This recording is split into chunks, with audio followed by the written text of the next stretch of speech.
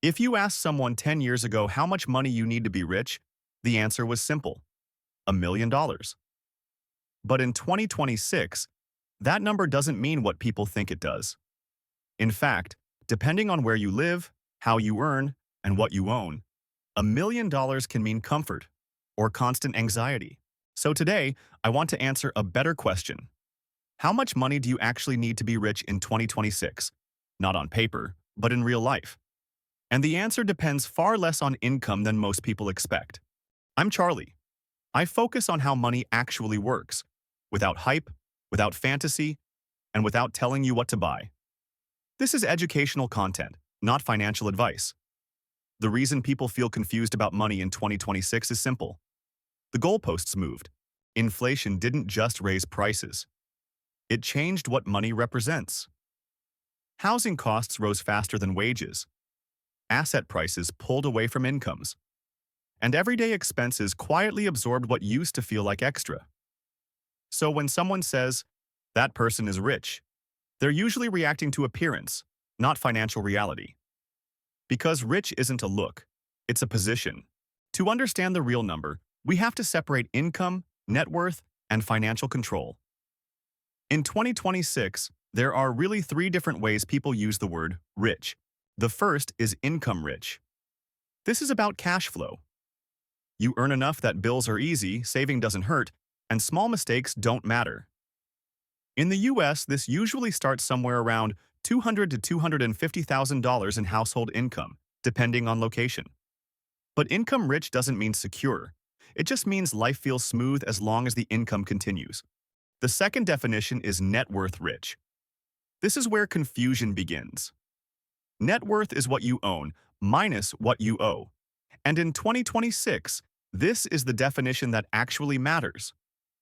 Net worth rich means you could stop working temporarily without panic. Your assets matter more than your paycheck, and time starts to matter more than money. The third definition is freedom rich. This is the highest tier. Freedom rich means your lifestyle is not dependent on your labor. Money decisions stop being emotional. And you optimize for peace, not purchases. Most people think they're aiming for this, but they're actually stuck chasing the first category. So, let's put real numbers on these ideas. Let's talk about net worth, because this is where rich becomes measurable. I'll keep these numbers rounded and conservative. The exact figures vary, but the tiers are stable.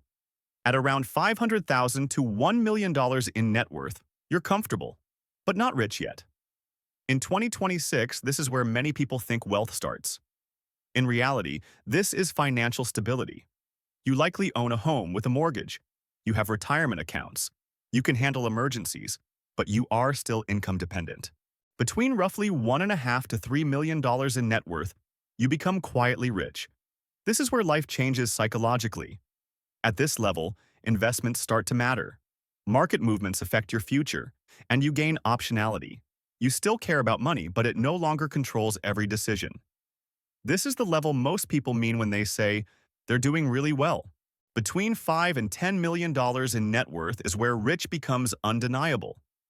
At this point, asset income can cover a meaningful lifestyle. Work becomes optional, not required. And risk tolerance increases because downside is limited. This is where money stops being a constant mental load. Above $10 million is ultra-wealthy. This isn't about lifestyle upgrades. It's about structure, leverage, and control. Money becomes abstract. Decisions are strategic, not personal. But here's the part that surprises people most. The visible lifestyle difference between someone worth $2 million and someone worth $20 million is often subtle. Both live in nice homes. Both travel comfortably. Both eat where they want and drive quality vehicles. The difference isn't consumption, it's dependence. The $2 million household still checks balances. The $20 million household doesn't need to. One thinks in budgets, the other thinks in systems. That's why chasing lifestyle inflation is such a dangerous trap. It trains you to feel not rich yet forever. Most people never feel rich, not because they don't earn enough, but because their definition keeps moving. They tie rich to a bigger house, a nicer car, or a higher spend. But wealth doesn't come from raising your ceiling. It comes from lowering your dependency. That's why two people earning the same income can end their lives in completely different positions. One upgrades lifestyle, the other upgrades assets. Same earnings, completely different outcomes.